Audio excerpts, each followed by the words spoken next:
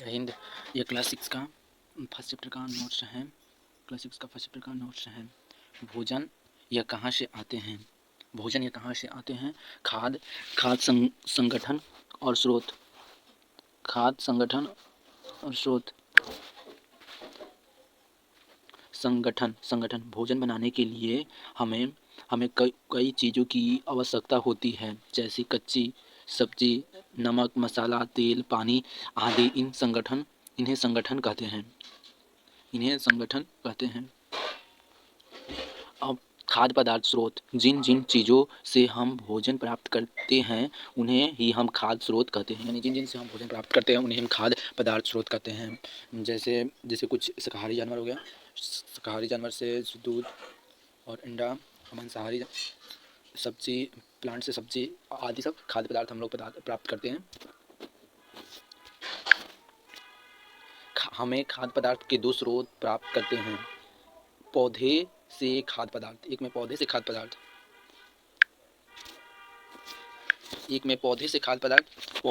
पदार्थ में गेहूं, दाल, चावल, मक्का, सब्जी और वनस्पति तेल।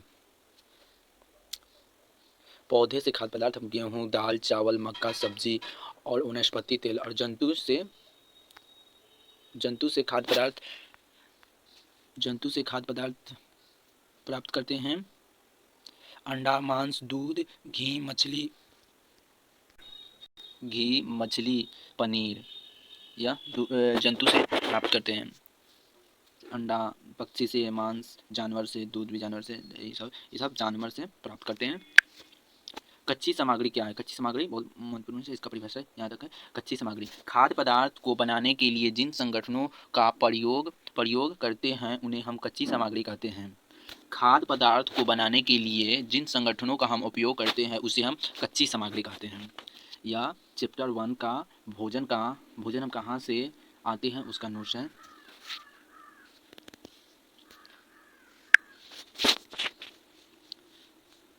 नमक, दाल, सब्जी, पनीर और मसाला इत्यादि। कच्ची सामग्री है नमक। नमक का सूत्र होता है NaCl, sodium chloride. Sodium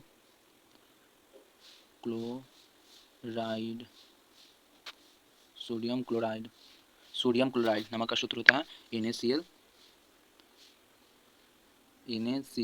sodium chloride नमक का सूत्र होता है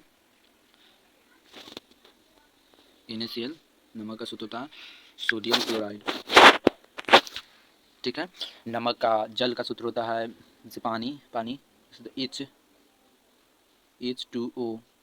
हाइड्रो ऑक्साइड जल का सूत्र होता है हाइड्रो ऑक्साइड। चलिए केमिस्ट्री में पढ़ना।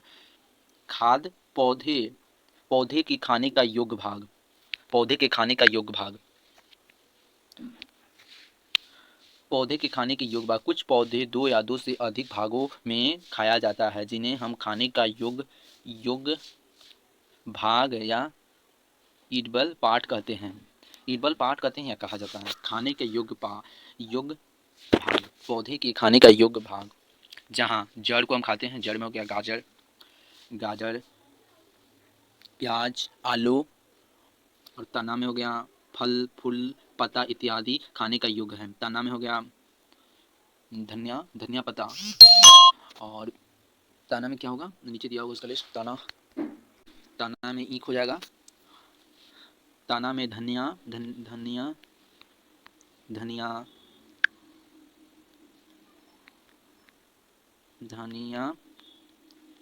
ईख। फल में जानते होंगे, फूल जानते होंगे। फूल में बंदा गोभी, पौधे के भाग। नीचे देखिए पौधे का भाग है। जैसे उसका एग्जांपल है आलू का तना खाया जाता है। मूली का जड़ और पत्ता दोनों खाया जाता है। लौकी का फल खाया जाता है।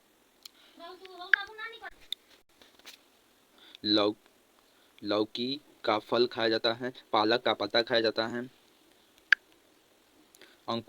अंकुरित अंकुरन में बीज से शिशु पत्ते का उगना उगना अंकुरन कहलाता है। बीज से शिशु पौधे का उगना अंकुरन कहलाता है। अंकुरन मूंग अंकुरन, चने अंकुरन, अंकुरन अंकुरन बीज से एक सफेद रंग के धागे जैसे संरचना निकलती है जिसे हम अंकुरन कहते हैं। मकरंद या नेक्टर मकरंद या नेक्टर मधुमक्खी द्वारा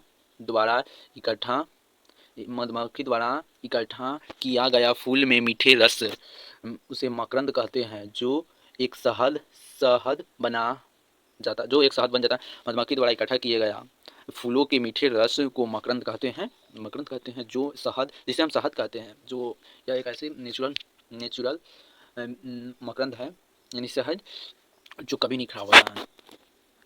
ये कभी नहीं खराब होता है। इसको काफ़ी जड़ी बूटियाँ में यूज किया जाता है। मधुमक्खी मकरंद या नेक्टर की भंडारण करती है, क्योंकि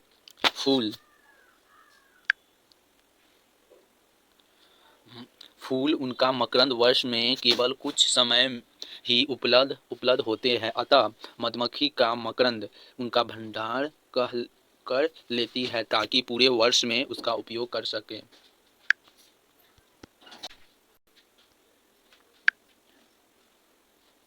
भंडारित शहद में मधुमक्खी भोजन के रूप में प्रयोग करते हैं। मकरंद उसे जो इकट्ठा करती है उसे भोजन के रूप में उपयोग करती है। खाद्य पदार्थ का ग्रहण करने के आधार पर जंतुओं को कितने प्रकार में बांटा गया है? 3 प्रकार में शाकाहारी, मांसाहारी, सर्वाहारी। शाकाहारी वे जंतु हैं जो केवल पादप उत्पाद खाते हैं, वे केवल शाकाहारी हैं। गाय, हिरण, भैंस, खरगोश इत्यादि। मांसाहारी वे जंतु जो केवल जंतु उत्पादन ही खाते हैं, उसे हम मांसाहारी कहते हैं। जैसे शेर, बाघ आदि। ये शाकाहारी और मांसाहारी।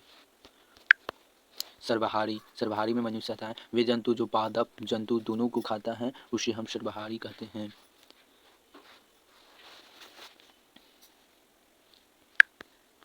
ठीक है क्लास।